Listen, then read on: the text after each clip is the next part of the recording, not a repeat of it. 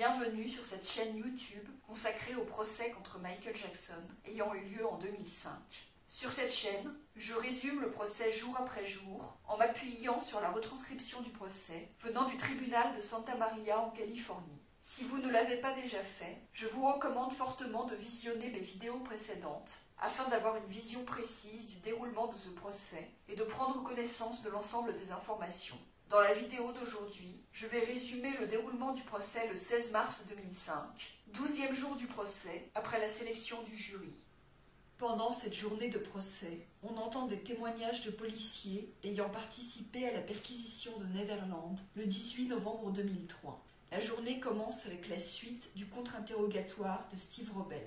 Steve Robel fait un bilan sur la chronologie des événements avec Robert Sanger. Steve Robel dit qu'il avait été décidé que la perquisition de Neverland aurait lieu sans faire d'interview autre que celle des Arvizo, car les enquêteurs avaient peur que des preuves soient détruites. Il confirme que pendant la perquisition, il a vu des objets qui avaient été décrits par les enfants Arvizo, le mannequin, la valise avec des magazines pornographiques, la cave avec du vin. Il dit que Jésus Salas a été interviewé le jour de la perquisition. Il confirme qu'il a participé à une perquisition chez Marc Jaffel. Il affirme que Gavin avait changé d'attitude quand il avait fait ses accusations d'agression sexuelle, qu'il était devenu calme en s'enfonçant dans sa chaise. Il dit que Gavin lui avait dit qu'il aurait été agressé entre 5 et 7 fois. Steve Robel dit que Janet Arvizo lui avait dit lors de sa première interview qu'elle avait obéi à Dieter dans la vidéo filmée chez Emile Mosley avant que la police puisse visionner la vidéo, mais qu'il n'avait pas connaissance des cartes envoyées par les Arvizo où il tenait le même discours concernant le fait d'appeler Michael Jackson Daddy. Il confirme que la police avait obtenu un mandat d'arrêt contre Michael Jackson le 18 novembre 2003, en plus du mandat de perquisition. Il dit que l'investigation est toujours en cours. Robert Sanger fait remarquer que des témoins se sont fait connaître pour dire que les Arvizo mentaient, mais Steve Robel nie que la police chercherait à les discréditer. L'accusation appelle comme témoin le détective Paul Zelis, qui travaille pour le département des shérifs du comté de Santa Barbara. Il a participé à des interviews des enfants Arvizo et à la perquisition du 18 novembre 2003 à Neverland. Il identifie des magazines pornographiques qu'il a pris dans la chambre de Michael Jackson, certains dans une valise et d'autres dans la table de chevet. Je précise que c'est le mot « briefcase » qui est employé pour le contenant de certains magazines. Cela peut désigner une valise ou une mallette. Il confirme avoir trouvé une photo des enfants Arvizo dans la table de chevet de la chambre de Michael Jackson. Il a pris aussi des livres et le mannequin représentant sa cousine. Il confirme qu'en mars et avril 2004, les magazines de la valise ont été montrés devant le grand jury à Santa Barbara. Il confirme qu'à la fin du grand jury, il avait réalisé que les empreintes n'avaient pas été vérifiées sur ces magazines. Robert Sanger fait remarquer que Gavin Arvizo avait été amené à toucher ces magazines devant le grand jury. Paul Zelis dit qu'il ne sait pas. Il confirme qu'il était détective depuis 2 ans quand il a été chargé de cette enquête. L'un des livres saisis est un livre de photographie de Robert Maxwell. Paul Zelis estime qu'il y avait des centaines de livres dans la maison à Neverland. Il confirme que Michael Jackson conservait chez lui des objets envoyés par des fans ou d'autres personnes. Paul Zelis confirme qu'il n'y avait pas de documents illégaux dans la chambre de Michael Jackson parmi ceux qu'il a vus. Robert Sanger fait remarquer que l'un des magazines saisis avait été publié après le départ des Arvizo de Neverland. Paul Zelis confirme que Michael Jackson avait de nombreuses photos de diverses personnes à Neverland, dont certaines semblent avoir été envoyées par des fans ou d'autres personnes. Il confirme qu'il savait que le mannequin avait été dégradé avec un marqueur. Il confirme qu'il a participé à une autre perquisition à Neverland en décembre 2004. Devant la police, le 19 janvier 2004, Gavin avait affirmé que 99,9% de ce qu'il disait dans la vidéo chez Emile Mosley était faux et que Dieter leur aurait dit quoi dire.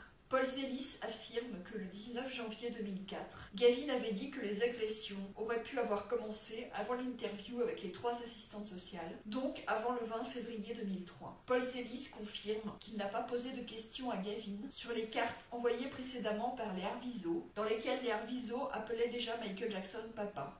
Robert Sanger fait remarquer que Tom Sneddon avait posé une question à Gavin le 19 janvier 2004, sous-entendant qu'il aurait été agressé avant la vidéo chez Emile Mosley, comme si c'était le motif pour lequel Dieter les aurait forcés à mentir. Robert Sanger fait remarquer que Gavin a affirmé à d'autres occasions qu'il aurait été agressé à la fin de son séjour à Neverland et pas en février 2003. Paul Zélis confirme qu'il dirigeait l'enquête avec Steve Robel. Il confirme que Terry Fla, qui avait terminé l'investigation le 16 avril 2003, avait plus d'expérience en tant que détective que lui. L'accusation appelle comme témoin le détective Victor Alvarez. Il identifie les empreintes de doigts de Gavin Estar qu'il a prises. Il confirme qu'il a interrogé Jésus Salas le matin du jour de la perquisition à Neverland, le 18 novembre 2003, puis il est allé à Neverland. Il confirme qu'il a pris des livres et des magazines et DVD pornographiques dans la chambre de Michael Jackson et les identifie. Il confirme qu'il est resté l'un des principaux enquêteurs dans l'enquête sur les accusations des Arvizo.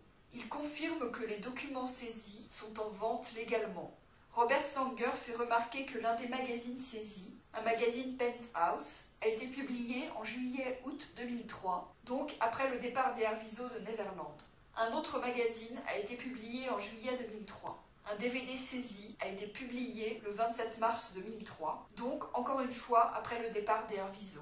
L'accusation appelle comme témoin Karen Shepard, employée au département des shérifs de Santa Barbara, qui vient d'y devenir détective. Elle a participé à la perquisition du 18 novembre 2003 à Neverland. Ses recherches étaient concentrées dans une salle de bain que Michael Jackson utilisait visiblement pour entreposer divers objets. Elle identifie des livres, magazines et DVD qu'elle a saisis. Elle confirme que les documents saisis sont en vente légalement. Robert Sanger remet à chaque fois les livres dans leur contexte, en soulignant que Michael Jackson possède des milliers de livres à Neverland, dont de nombreux livres d'art. Karen Shepard dit qu'elle se souvient avoir vu dans le bureau de Neverland un livre avec des photos de Marilyn Monroe.